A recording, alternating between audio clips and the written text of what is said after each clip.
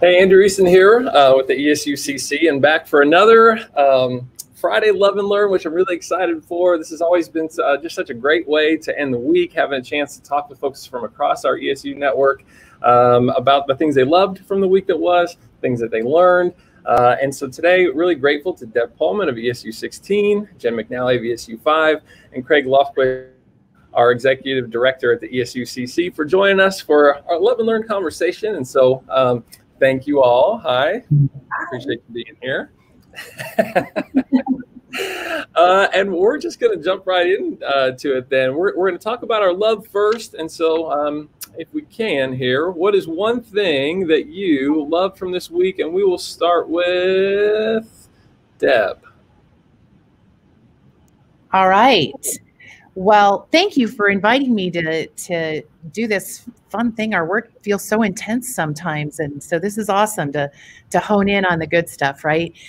So I had opportunity this week to kick off like an initial kind of meeting with some CTE folks on a project that we're sort of just stewing about right now, right? Just sort of dreaming about, and it involves some folks from across the state. Sometimes we were all together this week when we were talking, and sometimes we were talking with back and forth as individuals. And for me, that kind of what could we do if we could do anything thinking, and in this case, what could we do for kids that would make a difference and be engaging and real and authentic for them. And it's just so fun to like build off of these people's ideas, and like fun and thrilling and kind of engaging. And so it was great work. It was great work. And it's just the start. And I'm super pumped about where we might end up with this project. Cool. Who else is working on that? Tiffany Hang-Moss from UNL. Okay. She is I believe she is the dean at IANR. We had Kelly Bruns from out at the West Central Research Station here. So you're going to hear an ag theme, right? So it's an ag theme. Right. Actually, my husband, Roy Coleman, who is not your typical farmer. He is like this tech gadget freak. His tractors and his equipment are so jacked up with technology, you can't even, it's incredible. And so, and I watched him for years and thought, I'm not sure that that's what's rolling out in our student body, you know? And so he's been a part of that. There was a gentleman, Darren Rudnick, who is out of UNL, and Larry Gosson from the Curtis Ag School, and Samantha Pavelka, our CTE person on staff here. I feel like there were some more people, but yeah, super fun. We're at the fun part of planning a pilot project, right? So I want to hear about when you're in the midst of it, how you and your husband are really doing in a group project. Well, okay, so here's the deal. He's an activator and I'm a deliberator. So you just figure out how that works. Like slow down. He's got this project rolling out in January. And I'm like, honey, we're talking about maybe next January. So anyway, it's fun. That's cool. Jen, what's one of your loves from this past week, or a couple of them, right? Is what we might. Well, I think you may know exactly what my love is this week, Andrew, because you got to speak to them earlier. But my love this week comes from Tri-County Public Schools students. Yes, shout out to them, who took initiative and worked on a project the last 3 weeks. And they surveyed all of their school kids and asked, like, what are 1 to 3 things that you do to maintain good mental wellness? They then took all of those answers, made a top 10 list, developed the visual form, and created it Teens for Teens. So I know they're going to be on a podcast next week. Andrew, we recorded this week, and Channel 1011 came and heard, and they did a story on it this week. And, you know, that kind of stuff just like sparks like heartbursts, like joy so much when you have kids say, hey, we've got this idea to help our school, and that could probably help other people too. What do you think? And it's like, of course. let's do it. So that has definitely been my love this week. You're getting me goosebumps, Jen. I just want you to know I practiced saying this like 18 times before this because I would get to the part where they like wanted to help somebody else, and then I got like the lump in your throat, you know, because it's just such a pure act of kindness, just random act of kindness to be a part of the collective of helping. So, and we see that all over our state with kids and educators. So it's just cool. Yeah, I'm going to go out of turn then because, that was definitely mine. My love for this week was just I knew you were going to steal it. Podcast. I knew you were going to steal it, Andrew. I let you go first, though. So it was all good. Yeah, what just a powerful experience. And those kiddos are phenomenal. I'm with you. Here, I'll throw it up here. If people want, check out the podcast because that's going to be coming out. I think Wednesday of next week is going to be the goal for that. To hear our students advocating for that, their own, support of their peers in that wellness piece. That was terrific. You said you had 2 though, right, Jen? No, I have 2 learning. I mean, I have lots of one. Okay. I mean, that was like a whole podcast. I think Devin, Craig, and I could talk about loves all day because there's so many things that spark, things. When you work in education, you're inspired all the time. So it's not a missing ingredient. Yes, it's the main ingredient. It is. It's in the details. Exactly. Well, Craig, what do you got for us for your love from this past week? Well, let me tell you a really quick story. I have 2 daughters, one in the 4th grade, one in the 5th grade. And I asked them every day after school, I asked them specifically, tell me 2 good things that happened today. Because I used to ask them how to go today. And they would say one thing. They'd say, fine. So they have to search their memory bank, and they have to tell me 2 good things that happened. And one of them turned the question on me and said, Dad, tell me 2 good things that happened today. And I had to stop. And I realized I put them in this position. And what I reflected, and I really can say this from my head to my toes, we have a wonderful team that I work with. And I absolutely love coming to work. They're innovative. We have something special right now. And you don't always have that. And I've been in situations in the past where you don't have that. And right now, we absolutely have that. And we're synergized. We have synchronized energy. And I keep learning that they're very innovative. And talking about strengths, Deb, you talked about that. My number 1 is developers. So I see people's strengths and I want to develop them. A developer as defined by Gallup. And we just have some really go-getters here that are innovative and doing real positive work with change. That's mine. I think more about that because I was just telling Andrew the other day, I was like, Andrew, how are you coordinating all of these Zooms and videos that you're doing with all these people and like really seeking out purposeful, intentful things? God, Starbucks. And he has all of his coffee behind him, right? But I could agree with you more, Dr. Lofquist. I feel the exact same way. And all of the stuff that's coming out, I think the collaborations has just been really incredible. And yeah, it's been great.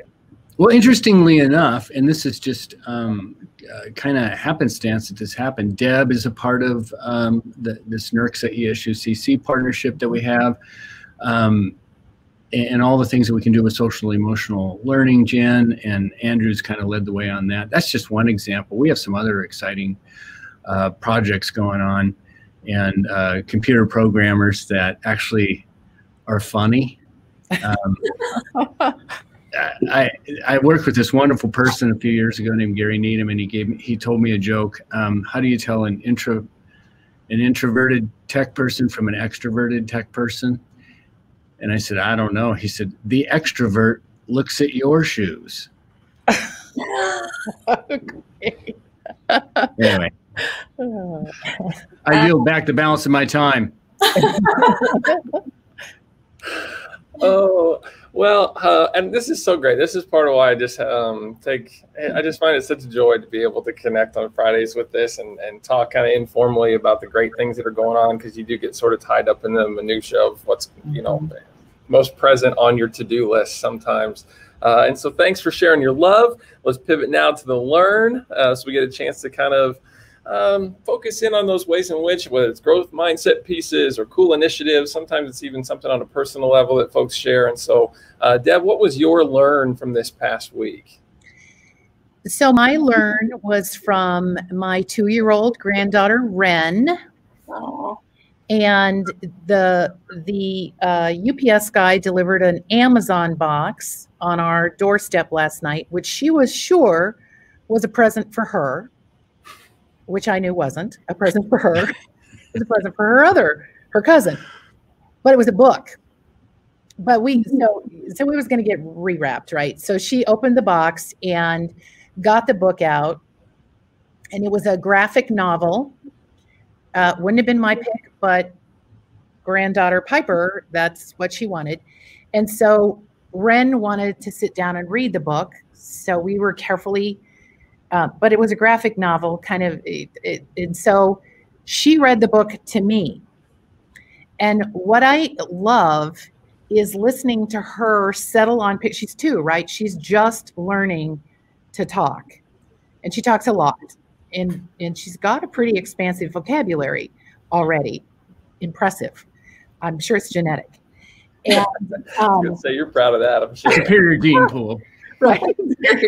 And she would settle on these pictures in this graphic novel, and she would tell me a story about the pictures, complete with, oh, it's dark and scary, and that's a monster. I mean, she just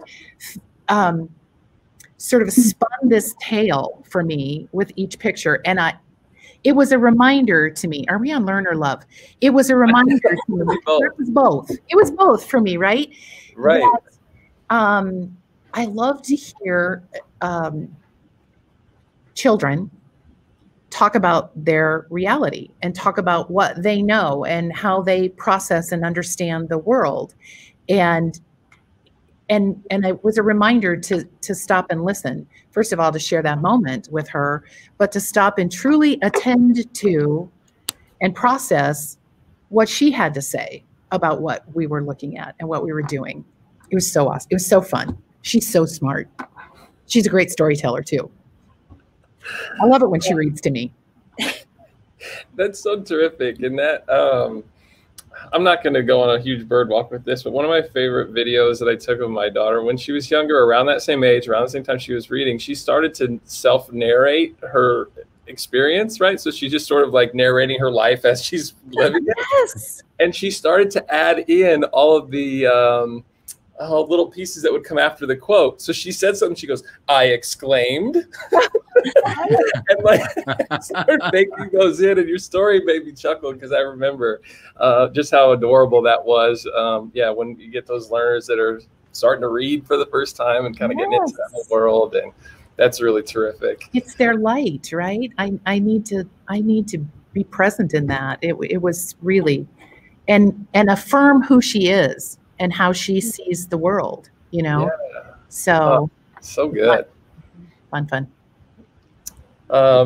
Jim, what was your learn? You got a couple learns from this week. I'm not following up after Deb. I'm yielding my time over to Craig. So I think, I have had a lot in the last few weeks, and I think in particular just that NERCSA ESUCC collaboration where you're on these committees and you're meeting people and you're learning all of the things that people are doing has been incredible learning experience for me. I also learned from a 3rd grader this week, and I'm still waiting. I probably should check Google if this is true. So science teachers, if you're out there, go ahead and comment if it's not. But frogs, I always love just random stuff. So this 3rd grader said, "Jen, did you know frogs actually don't drink water? They like absorb it in their skin." And we were both like, we just sat there for like a good 15 seconds. I was like, huh, there you go. Something to learn. But I was going to note, out of the relationship with the ESUCC NERCSA, many of you this is Allison. If she's still on here, I want to say something I learned about Allison. Everybody who knows Allison Smith knows that she is incredibly brilliant, has the best heart. And so I also then was not surprised when she posted on her social media her decorating skills. she can decorate like nobody's business. And I saw it at the same moment. I commented to her, I was like, here I am just trying to figure out a pillow. And you're over there, your brilliant mind, doing all these things effortlessly and painting a hutch like it's nobody's business. So I learned that Allison is also an interior design expert and also brilliant at that. So Allison, thank you for that. And she did tell me that when she was around Lincoln, she would help me. She was going to help me figure out that stuff. So I've learned a lot this week. Oh, that's awesome. I wonder that too sometimes when I look on social media and see what other people are doing. And I go, I'm so struggling to even figure out where to hide Elf in the Shelf that I can't. Like, how are some of these people doing these incredible things? So, we got some feedback here. Here we go. Hold on. So Allison said, oh my gosh, Jen, you're too kind. Not sure I'm brilliant, but I do love a good pillow. She's so funny. And Amy joined in this morning and said her house looks like it's from a magazine. So does Amy. Amy, when she sends me stuff, I'm like, the two of it must be just that. I mean, they're just great. And Amy can develop a Google like Drive format with little gifts like nobody's business too. So yeah, Amy's lunch bunch template continues to be the template we share. Me and Kristen did a great job with that, going through things. Oh, I got to bring that up. That probably could have been a love for me. We're gonna have a special guest 2 lunch bunches from now. National person joining us that will not be named ahead of time. This is going to be on Monday the 14th. So I'm really excited about that. So intrigue. Andrew, who is it? I'm not gonna say mystery guest. I'm gonna keep that person in the waiting room and then unveil moment of. So that Monday the 14th. Check out I'm gonna just step on the whole moment here real quick. There's also lunch bunch on formative feedback coming up this upcoming Monday. So make sure you check that out with Chris Good, Patty Finney, and Laura Plaus. So that's something I'll just do a little promo piece there while I'm talking lunch bunch. But I sincerely just kind of came across that randomly after we were talking to Amy, who is, still with us. Thanks. Yeah. You're awesome too, friend. And so Craig, your learn for the week. What do you got? Well, let me tell you something that I learned a while back. It goes to this intrigue that he's talking about, this special guest that shall not be named. I learned a couple of months ago, Andrew Easton runs with a national crowd that they're prominent in education. So now he's really piqued my interest for that day on who his guest will be. So that's something I learned a while ago. I was not going to say this, but I'm gonna piggyback off of Deb Paulman's comment about her granddaughter. I have a daughter that's in the 4th grade, and one of the things I don't really like to do is put up Christmas decorations. And my wife got down these boxes of outdoor Christmas decorations, and my 4th grader put them up. And I was walking the dog in the dark last night, and I came home and I asked my wife, I said, how much did you help Brooke with putting up those decorations? They look great. She said she did it all, and I had no idea. So that's one thing I won't have to do in the future, and she's really good at it. I learned that. The other thing that I learned or was reminded, and I'm reminded from time to time, is that we live in just a fantastic country. We have a lot of issues. We have some turmoil sometimes. I am currently reading a book called Short Hair Detention, and it was about a woman who lived in Cambodia when she was 13 years old. A war went on, a regime came in, basically tortured the entire country. 2 million people starved, and she became a refugee in none other than Lincoln, Nebraska, where I am today, and lived through it, tells her story, what she learned from it, and it's a fantastic read.